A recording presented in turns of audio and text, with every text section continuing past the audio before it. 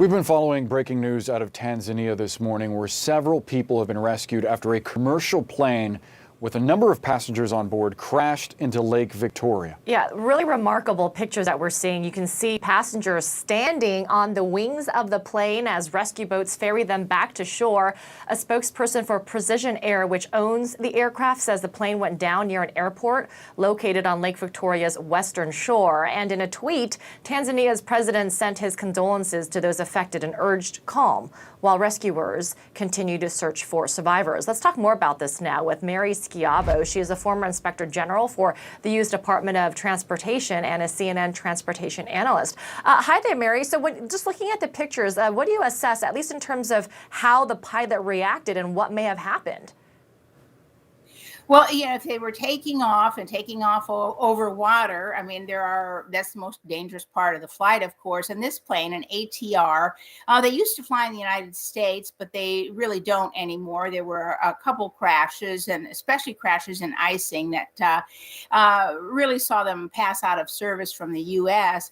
But the remarkable thing is, as you reported, that people were standing on the wings because planes, don't make very good boats, and often they sink. Everyone remembers the Miracle on the Hudson, where people were standing on the wings on the Miracle on the Hudson. But what people didn't realize is a lot of boats came quickly, and they got lines on the aircraft, pulled the lines taut to keep it from sinking.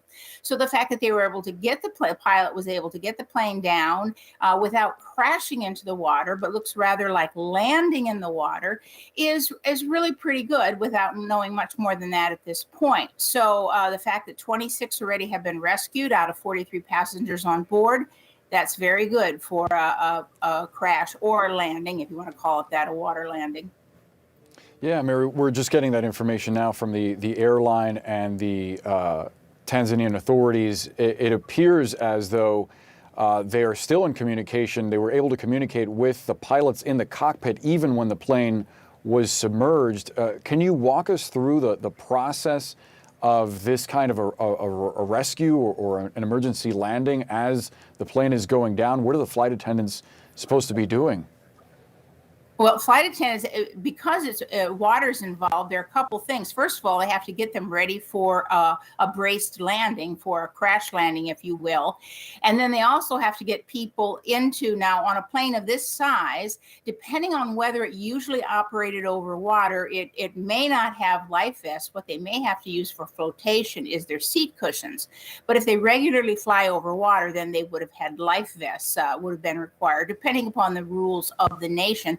So the flight attendants would have had to been getting them in their life vests if they had them, but instructing them, do not open them in the cabin. You have to wait until you get out, because otherwise you could get trapped in the cabin. So they have double emergency duty to do when it's suspected that they're going to land on water.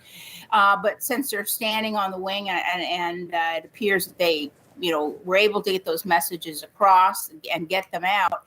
Now, the problem also comes in some of the plane is submerged, of course. And so getting people out once they're underwater is very difficult.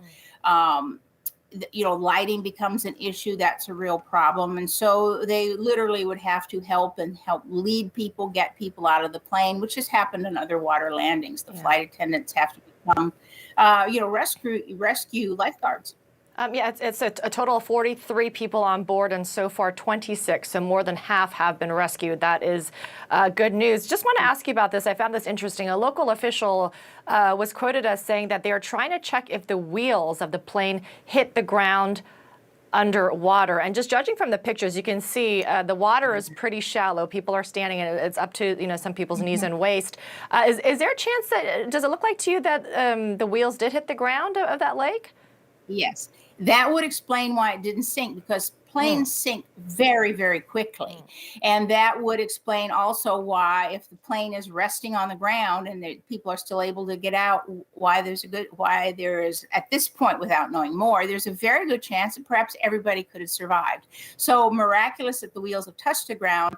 Otherwise, the plane would sink very quickly, extremely quickly. In fact, and when I went through flight school, the instruction was, if you've landed on water and get your passengers and you out, don't, for any reason, if the plane, even if it hasn't sunk yet, do not go back to that aircraft, because it will sink quickly.